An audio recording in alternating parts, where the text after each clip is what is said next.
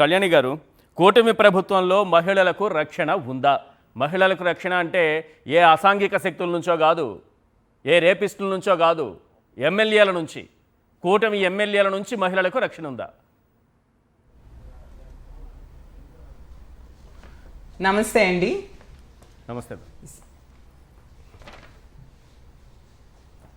మేము పదే పదే చెప్తూ ఉన్నామండి, ప్రతి సందర్భంలో కూడా ఈ రాష్ట్రంలో మహిళల మీద అత్యాచారం జరిగినా, అఘాయిత్యం జరిగినా, హత్య జరిగినా దాని వెనక తెలుగుదేశం పార్టీ ఎమ్మెల్యేలు కానీ, వాళ్ళ అనుచరులు కానీ, తెలుగుదేశం పార్టీ నాయకులు కానీ ప్రతి సందర్భంలో మనకు కనిపిస్తూ ఉన్నారండి. అసలు ఈ కూటమి ప్రభుత్వం అధికారంలోకి వచ్చాక భయం లేకుండా పోయింది. తెలుగుదేశం పార్టీ వాళ్ళకి, జనసేన వాళ్ళకి, అసలు కూటమిలో ఉండే వాళ్ళు ఎవరికి కూడా మహిళల మీద అత్యాచారాలు చేసినా, హత్యలు చేసినా మమ్మల్ని శిక్షించే వాళ్ళు లేరు, మమ్మల్ని అడిగే వాళ్ళు లేరు అన్న విధంగా తయారయ్యి ఈరోజు ఇంతగా రెచ్చిపోతూ ఉన్నారు. ఇంత బరి తెగించేస్తూ ఉండే పరిస్థితి మనం చూస్తూ ఉన్నాము.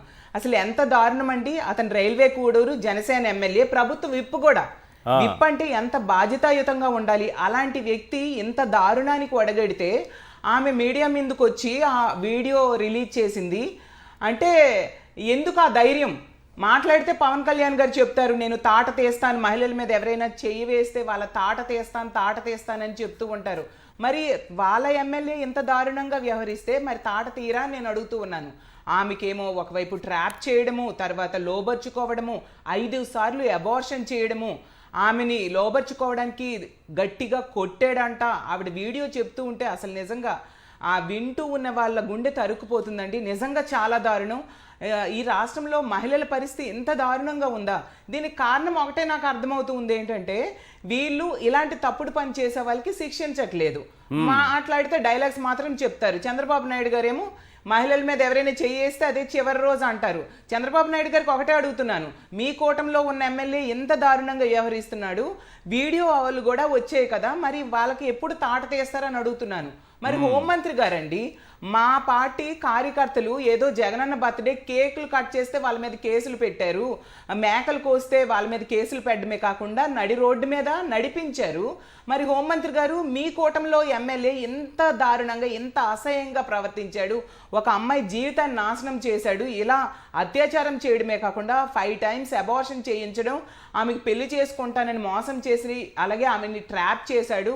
ఈరోజు ఎంత దారుణంగా వ్యవహరిస్తే మీరు అతని మీద కేసులు పెట్టరా?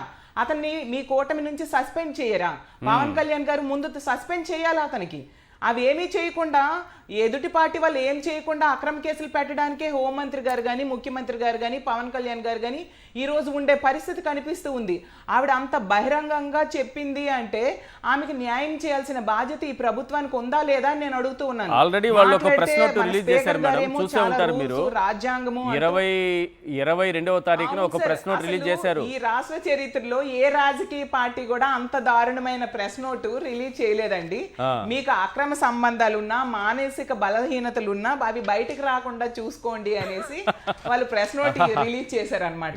అసలు ఏ రాజకీయ పార్టీ కూడా ఎంత దారుణంగా ప్రెస్ నోట్ రిలీజ్ చేసిన పరిస్థితి మనం చూడడం, అది ఈ కూటమిలో వాళ్ళకే చెల్లుబాటు అయింది.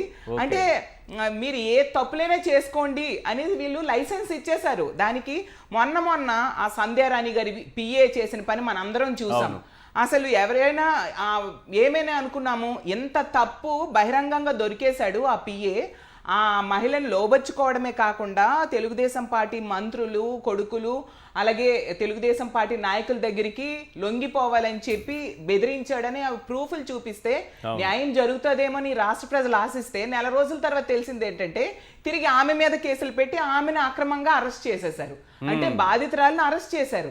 మరి ఇలాంటి సంఘటనలు జరుగుతూ ఉంటే బాధించిన వాళ్ళకి అరెస్టులు చేయకుండా, కేసులు పెట్టకుండా బాధితురాలి మీదే అక్రమ కేసులు పెట్టి వాళ్ళని రిమాండ్ ఖైదీలుగా జైల్లో పెడితే చేసే వాళ్ళకి అడుగుతూ ఉన్నాను.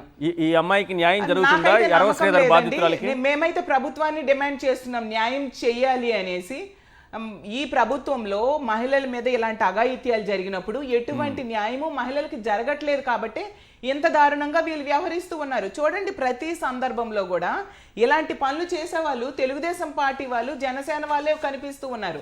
అసలు ఆ రాప్తాడులో 14 సంవత్సరాల చిన్నారికి ఇంచుమించు 6 నెలలండి 14 మంది తెలుగుదేశం పార్టీ కార్యకర్తలు గ్యాంగ్ రేప్ చేస్తే ఏం చర్య తీసుకున్నారండి? మా వైఎస్ఆర్ కాంగ్రెస్ పార్టీ నాయకులు అక్కడ యాజిటేషన్ చేస్తే అప్పుడేమో తూతూ మంత్రంగా కేసులు పెట్టడం జరిగింది.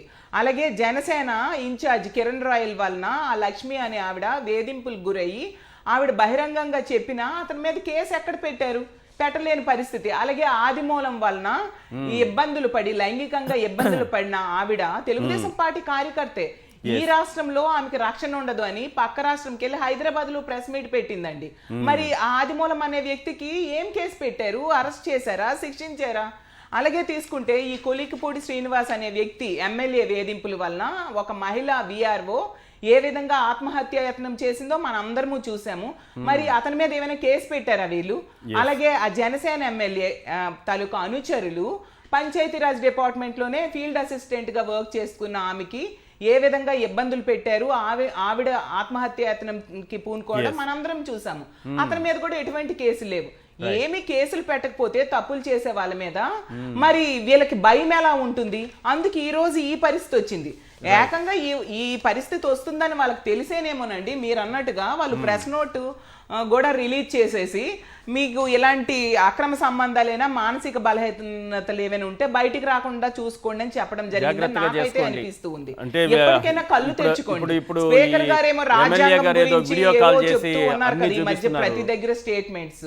ఎమ్మెల్యే గారేమో వీడియో కాల్ చేసి చాలా దారుణం. ఒక మహిళగా ఈ రాష్ట్రంలో ప్రతి మహిళలు కూడా సిగ్గుతో తలదించుకుంటున్నారండి. అంతే సార్, అంతే. అసలు నిజంగా ఎంత దారుణంగా బయటకు వస్తే వెంటనే అతన్ని సస్పెండ్ చేయాలి, అలాగే అరెస్ట్ చేయాలి, కేసు పెట్టాలి. ఒక ప్రభుత్వ ఉద్యోగికే రక్షణ లేదు. గతంలో కూడా చూసాం ఆ సంధ్యారాణి పిఏ, అక్కడ కూడా ఒక ప్రభుత్వ ఉద్యోగి మహిళ, ఆమె మీద తిరిగి కేసు పెట్టారు. ఈ విషయంలో కూడా ప్రభుత్వ ఉద్యోగి అసలు లోబర్చుకోవడమే కాకుండా సంవత్సరంన్నరగా ఆమెను లోబర్చుకున్నారు, పెళ్లి చేసుకుంటానన్నాడంట. అలాగే దారుణంగా అసలు ఆ భర్తకు కూడా ఫోన్స్ చేసి ఈ విషయాలన్నిటి గురించి కూడా చెప్పడం జరిగి ఆ హస్బెండ్ కూడా వదిలేయమని చెప్పడం జరిగి ఆ కుటుంబాన్ని ఆ జీవితాన్ని ఆ మహిళ జీవితాన్ని చిన్నాభిన్నం చేసేసాడు ఆ ఎమ్మెల్యే. అంటే బరి తెగింపు అనమాట. ఏమీ జరగదు, ఈ కూటమి ప్రభుత్వంలో శిక్ష ఉండదు. లోకేష్ గారు ఏం చెప్పారండి? మాకు మహిళలంటే చాలా గౌరవం, మా ప్రభుత్వంలో మహిళలకు చాలా రక్షణ ఉంటుంది అని లోకేష్ గారు చెప్పారు కదా. లోకేష్ గారికి ఒకటే అడుగుతున్నాను, మరి మీ ప్రభుత్వంలో మీ కూటమి ఎమ్మెల్యే ఎంత నీచానికి ఒడగట్టాడు కదా, మీరు ఏమి చర్య తీసుకుంటారు? ఆ మహిళకి ఏంటి మీరు న్యాయం చేస్తారని లోకేష్ గారిని అడుగుతున్నాను. ముఖ్యంగా మహిళా హోంమంత్రి అండి, నిజంగా ఆవిడ జగనన్న తిట్టడానికి తప్ప ఆవిడకి హోంమంత్రి పదవి ఎవరు సార్? లోకేష్ గారు ఈ ఎమ్మెల్యే పైన చర్య తీసుకుంటే అన్నయ్య పవన్ కళ్యాణ్ గారికి కోపం వస్తుంది కదా అంటున్నా. నిన్ననే ఆలింగనం చేసుకున్నారు. అవును సార్, అవును సార్. వాళ్ళు తప్పులు చేసిన వాళ్ళకి శిక్షించరు. ఆ మహిళా హోంమంత్రి నిజంగా వేస్ట్ అండి. ఆ పదవి ఎందుకు ఇచ్చారో అర్థం కాదు. జగన్ తిట్టడానికి మా పార్టీ వాళ్ళ మీద అక్రమ కేసులు పెట్టడానికి ఆవిడకి ఇచ్చారు తప్ప ఆవిడ ఏం చేసిందండి? ఎంతమంది మహిళలకి ఈ కూటమిలో అలాగే కార్యకర్తలు చేస్తూ ఉంటే